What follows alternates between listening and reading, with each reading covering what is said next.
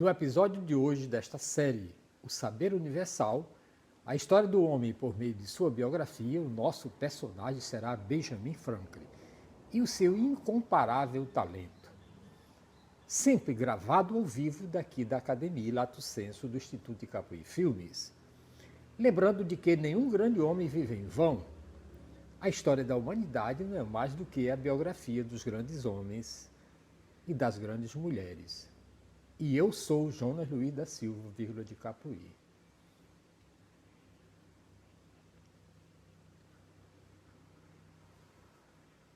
A maior parte dos heróis da história americana parece infundir certo terror. O Washington era tão assustadoramente perfeito que se tornava temido até pelas pessoas mais chegadas. Aqueles que contactavam com Jefferson ficavam desconcertados pela sua inteligência. Lincoln era acessível, mas a sua figura pareceu-nos envolta numa tristeza majestosa. O exemplo mais típico de um americano célebre, que inspira sempre uma certa atitude de ternura, é Benjamin Franklin.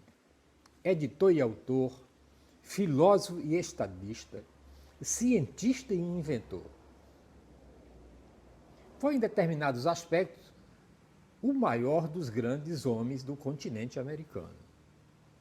Teria sido extraordinário em qualquer época. Mirabeau, o chefe revolucionário francês, indicou como o filósofo que mais contribuiu para a expansão dos direitos do homem em toda a Terra. A antiguidade teria erguido um altar a este homem genial, declarou. Franklin era uma pessoa simples na sua maneira de ser e possuía uma personalidade e um sentido de humor verdadeiramente aliciantes. Razão porque se impôs ao fato e respeito de todas as pessoas que o conheciam. O seu olhar era firme e afável.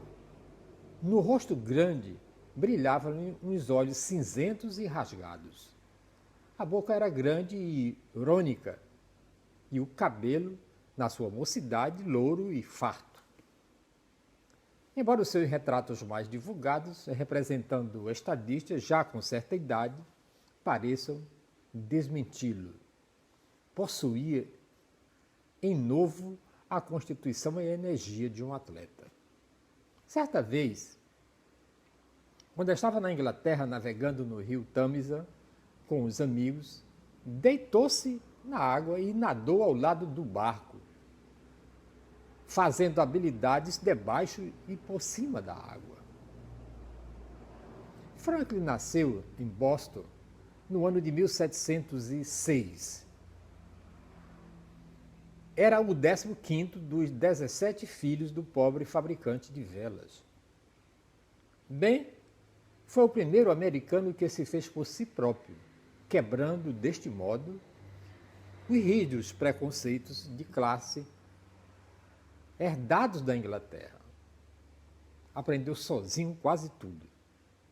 Ciências, filosofia, línguas, latim, francês, alemão, espanhol e italiano.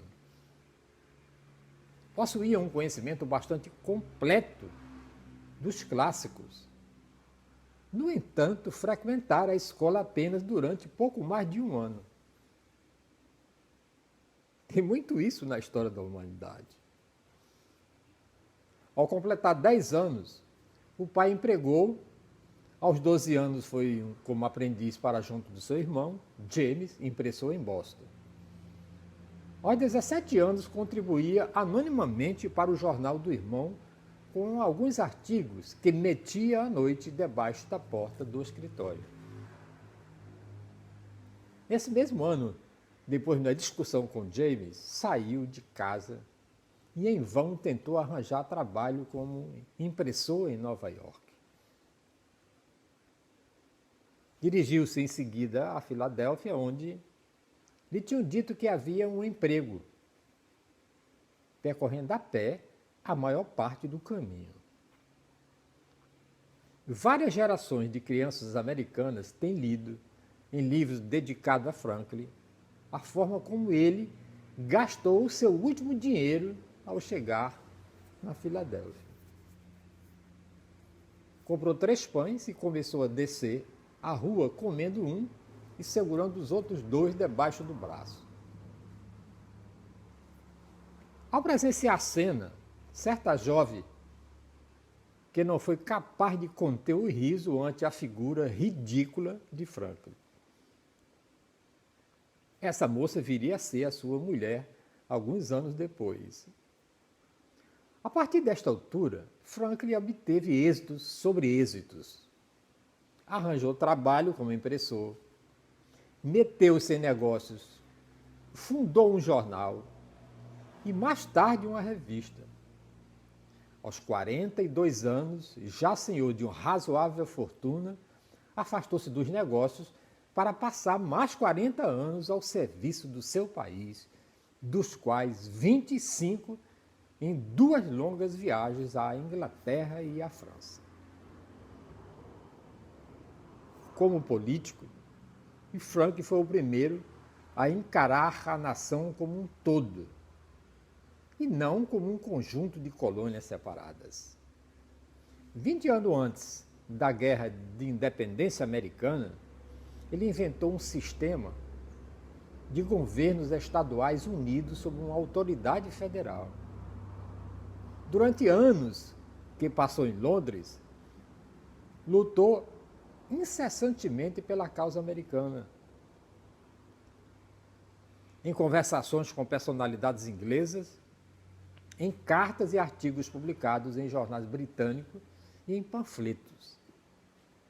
Numa certa ocasião, permaneceu todo um dia de pé na Câmara dos Comuns, respondendo com grande paciência e augustas as perguntas que lhe dirigiam os membros desta instituição sobre a oposição americana à odiada Lei do Selo. O resultado foi que o parlamento revogou a lei e a guerra foi adiada 10 anos, dando às colônias o tempo que tanto necessitavam para se prepararem. Sem a ajuda de Franklin, a Guerra da Independência ter-se-ia prolongado durante anos, ou teria terminado com a derrota norte-americana.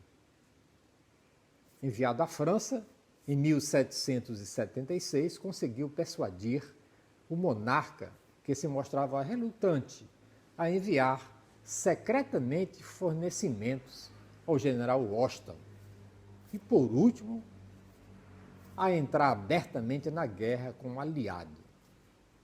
Depois da derrota infligida aos britânicos, Franklin impediu o fracasso da chamada Convenção Constitucional. Os estados pequenos pretendiam igualmente de representação no Congresso, enquanto os estados grandes defendiam que as suas delegações fossem proporcionais em número à população do estado. E Franklin imaginou um acordo segundo o qual o Senado se basearia no primeiro plano e a Câmara no segundo. Quando finalmente escreveu a Constituição, ficou a dever-se a Benjamin Franklin, maior do que a qualquer outra pessoa, que esta fosse ratificada pelos diversos estados. Franklin foi também um cientista e inventor de primeiro plano. O Dr. Bernard Cohen, historiador científico da Universidade de Harvard, aponta Franklin e Newton como os 2 cientistas mais importantes da Idade Moderna. Toda a gente tem ouvido contar como Franklin captou eletricidade de uma nuvem por meio de um cordel de um papagaio, uma pipa. Mas poucos são as pessoas que sabem que ele escreveu um livro sobre fenômenos elétricos, que foi traduzido para várias línguas e muito aprendida na Europa. Foi ele o primeiro a identificar os polos negativos e positivos da eletricidade. A ele, devendo termos e conceitos tais como bateria, carga elétrica, condensador, condutor. A sua invenção de para-raios fez desaparecer um autêntico terror da vida de muitas pessoas. A estufa de Franklin, contendo um radiador de ar quente, é hoje ainda utilizada, bem como a sua mão mecânica, que serve para levantar objetos situados em lugares altos, e o banco de cozinha, que se converte em escada. Aos 75 anos, inventou as lentes bifocais. Essa autêntica benesse para as pessoas de idade avançada. Mozart e Beethoven compuseram música para a sua harmônica de cristal, uma série de círculos de cristal montados sobre um cilindro, que ao ser manipulado com os dedos produz música. Franck era um músico exímio, tocava harpa, guitarra e violino e escrevia com grande erudição sobre problemas de composição musical, especialmente sobre a adaptação da música à letra para que esta fosse inteligível. Foi a primeira pessoa a estudar o efeito da água sobre o casco de um barco que fazia sulcos, tendo-se assim tornado-se o pai da hidromecânica. Cartografou a corrente do Golfo e descobriu que as tormentas giram sobre si mesmas enquanto se deslocam para diante. Demonstrou que quanto mais rarefeito estiver o ar, menor será a temperatura a que a água entra em ebulição. Foi também a primeira pessoa a descobrir que os tecidos de cor escura absorvem o calor. Os europeus demoraram quase 100 anos para aceitar o seu conselho e começar a usar roupas brancas nos trópicos. Entre as suas realizações, conta-se a instituição de um clube designado por Junto, precursor dos clubes dos nossos dias. Em 1743, fundou a Sociedade Filosófica Americana, a primeira associação da América. Naquela época, a filosofia embarcava como as ciências naturais. Franklin estipulou que entre os membros da associação existisse sempre um botânico, um químico, um matemático, um geógrafo e um físico.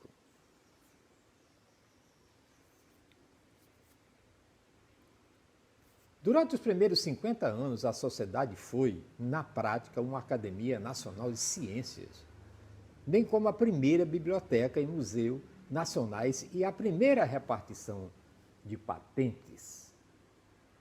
Com o correr dos anos, 95 dos seus membros foram galardados com o Prêmio Nobel.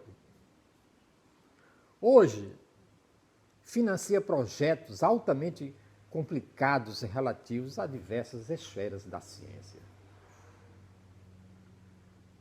A influência de Franck foi poderosa, que 30 anos após a sua morte, foi fundado o Instituto Franklin em sua homenagem.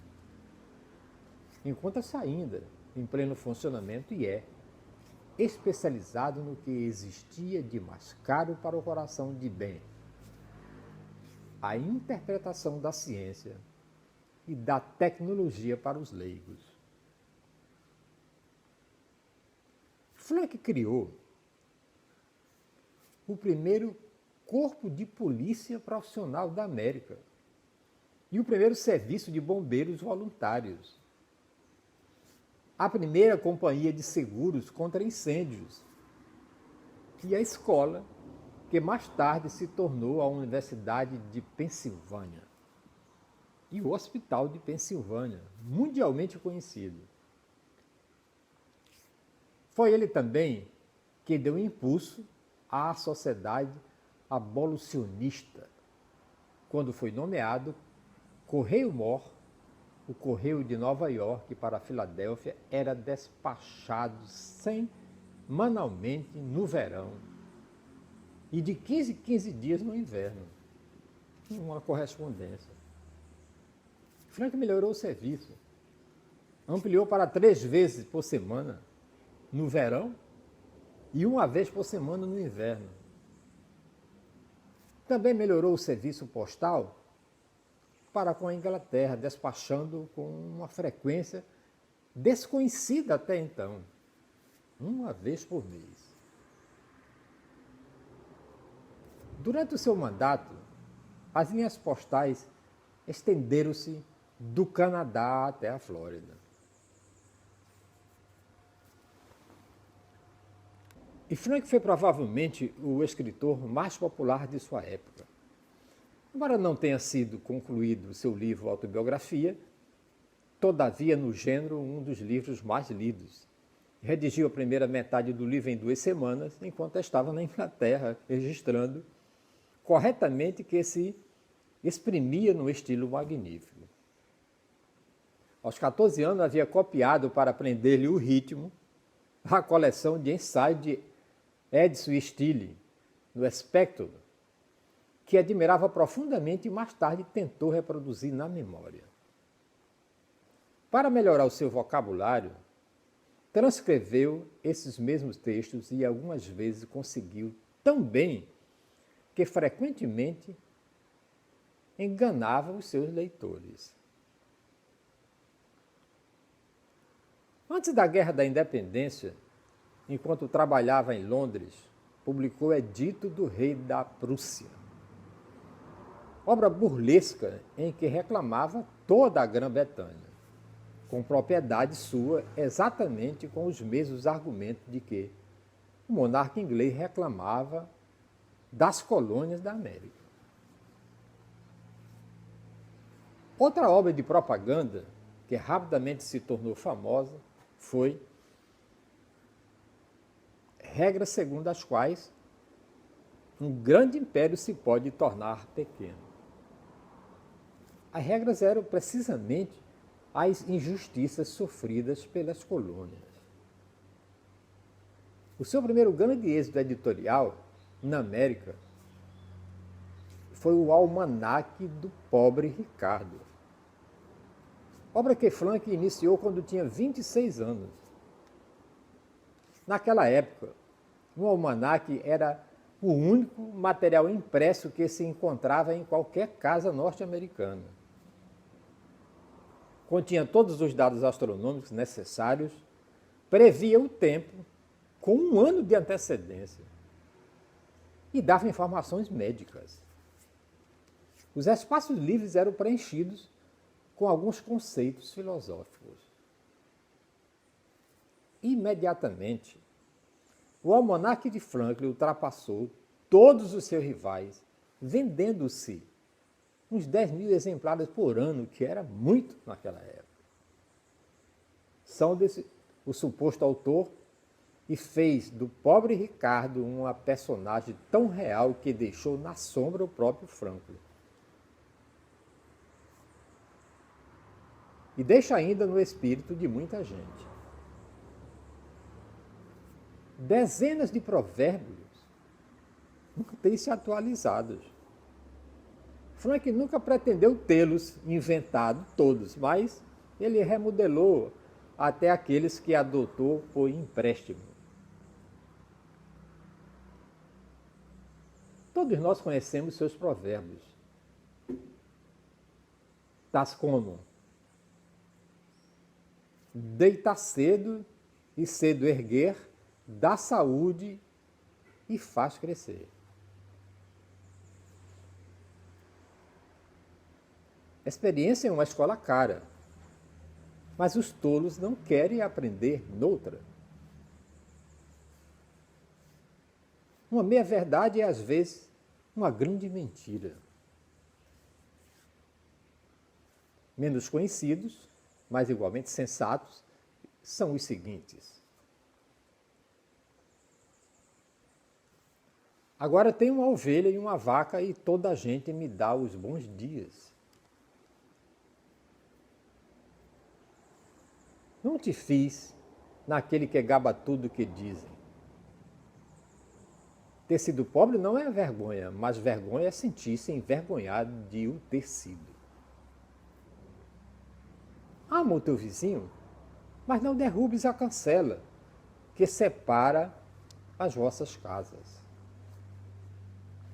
A má educação e faz calar um tolo, mas é crueldade deixá-lo continuar a falar. Muitos dos provérbios do pobre Ricardo transmitem uma mensagem de confiança em si mesmo. Quem quer vai, quem não quer manda. Deus ajuda aqueles que se ajudam a si mesmo. É difícil que um saco vazio se conserve em pé. No seu testamento, Franklin deixou $5.000 às cidades de Filadélfia e de Boston, destinando-os à concessão de empréstimos a jovens operários e aprendizes dessas cidades. No fundo, que lhe facilitava muito a vida, pois quem contraísse um empréstimo devia pagar 5% de juros e amortizar anualmente 10% do capital. Deste modo, desejava ajudar as pessoas e afirmar-se nos próprios pés e manterem-se firmes neles. Estes fundos, grandemente aumentados graças aos juros impostos, ainda existem hoje. Franklin pregava a alegria do trabalho e praticava o que pregava. Durante a juventude, por vezes toda noite, para concluir o tempo num trabalho que tivesse prometido, ele trabalhava quantas horas fosse necessário. Quando comprou papel para sua tipografia, e não desdenhou transportá-lo ele próprio num carrinho de mão.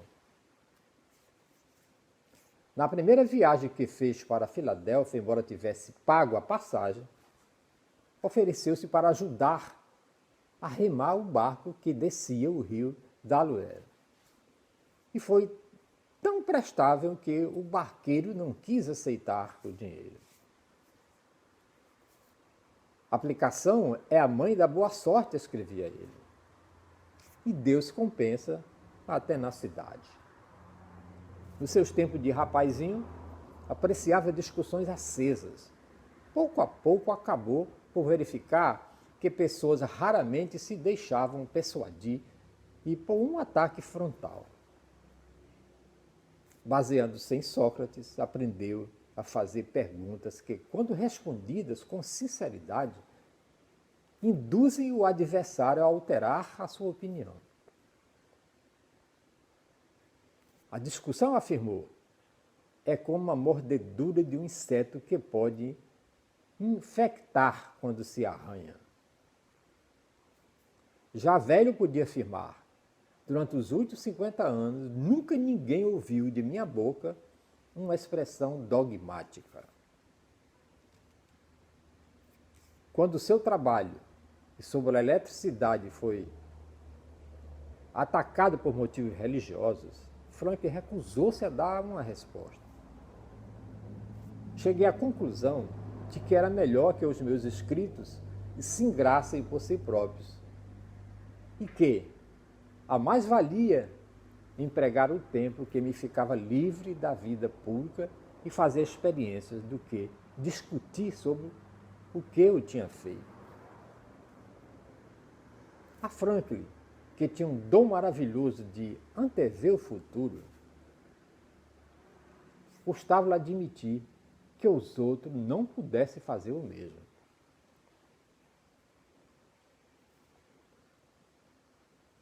Em Paris, assistiu à subida do primeiro balão aerostático com passageiros. Quando um cético, que se encontrava entre a multidão, inquiriu da utilidade que poderia vir a ter o balão, bem rapidamente contestou com outra pergunta: para que serve um bebê recém-nascido? Imediatamente anteviu as possibilidades do transporte aéreo, incluindo a condição de tropas em tempo de guerra. Em 1760, os ingleses arrebataram o Canadá dos franceses. No Tratado de Paz consequente, os negociantes ingleses hesitaram se deveriam ficar com as terras vastas e inexploradas do norte ou com a valiosa ilha de Guadalupe nas Índias Ocidentais, muito rica na produção de açúcar. Muitos preferiram esta última, mas Franklin inclinava-se mais para o Canadá, alegando que seria mais valiosa. Durante toda a sua vida teve Franklin a humildade que caracteriza os homens de valor. Como cientista, tinha todo o cuidado em atribuir as descobertas a quem eram devidas, retirando em muitas ocasiões os seus próprios trabalhos, se outro investigador tivesse descoberto alguma coisa semelhante à sua. Contribuiu mais que qualquer outro para a fundação da primeira biblioteca da Pensilvânia. Quando, porém, já em idade avançada, escreveu a inscrição para uma nova pedra angular, riscou seu nome da lista que ia ser gravada. Com 79 anos, deixou a sua querida França pela última vez. Os habitantes de Pessen, onde tinha vivido, juntaram-se à volta da liteira, na qual a doença o forçava a viajar, muitos deles chorando e implorando-lhe que não partisse. Embora sofresse de uma pedra na bexiga, o seu espírito permanecia inabalável. Depois foi presidente do Conselho Executivo da Pensilvânia, delegado à Convenção Constitucional Federal de 1787. Com a idade de 82 anos, retirou-se da vida pública. Alguns meses mais tarde, recebeu a seguinte carta: seus desejos unidos de um povo livre, apoiados pelas preces de todos os amigos da ciência e da humanidade, pudesse aliviar o corpo do sofrimento e da enfermidade, poderias beneficiar desse privilégio.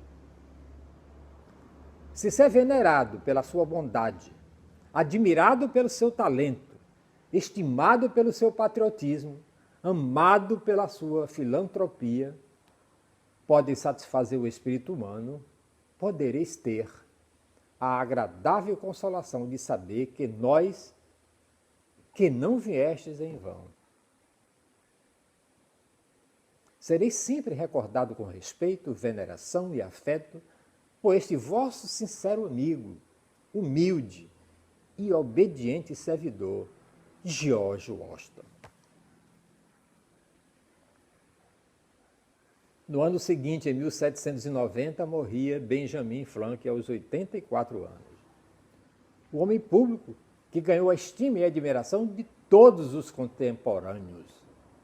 O seu funeral foi o mais importante que se havia feito até então a qualquer pessoa que não ocupasse um cargo no Estado.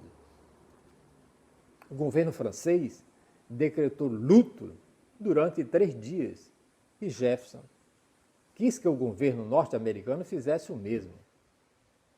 Mas Washington, pesaroso, teve de recusar porque não queria estabelecer um precedente que poderia mais tarde revelar-se embaraçoso. carreira de Frank é muito bem resumida por um de seus biógrafos, o Carl Van Doren. Não era um desses homens que devem a grandeza às oportunidades de sua época. Em qualquer idade, em qualquer época, Frank teria sido um grande homem. A inteligência e a vontade, o talento e a arte, a força e a desenvoltura, o engenho e a graça reuniram-se nele como se a natureza, ao formá-lo, tivesse se sentido pródiga e feliz. Um dos epitáfios mais conhecidos é o que escreveu o próprio Frank na sua juventude. O corpo de Benjamin Franklin, impressor, como a capa de um livro velho ao qual arrancaram as páginas e tiraram as letras de ouro, jaz aqui, posto de pasto para os vermes. Mas o trabalho não terá sido inteiramente perdido, porque, segundo ele crê, aparecerá, uma vez mais, uma edição mais perfeita, corrigida e aumentada pelo seu autor. Este era Benjamin Franklin. No próximo episódio desta série, A Sabedoria Universal, a história do homem por meio de sua biografia, o nosso personagem será Shakespeare e o seu palco universal. Sempre gravado ao vivo daqui da Academia Lato Sensu do Instituto Capri Filmes. Lembrando de que nenhum grande homem vive em vão. E que a história da humanidade não é mais do que a biografia dos grandes homens e das grandes mulheres. E eu sou Jonas Luiz da Silva Verde de Capoeira. Mais uma vez, muito obrigado por você continuar assinando o nosso canal no YouTube Jardim do Éden TV. E até a próxima.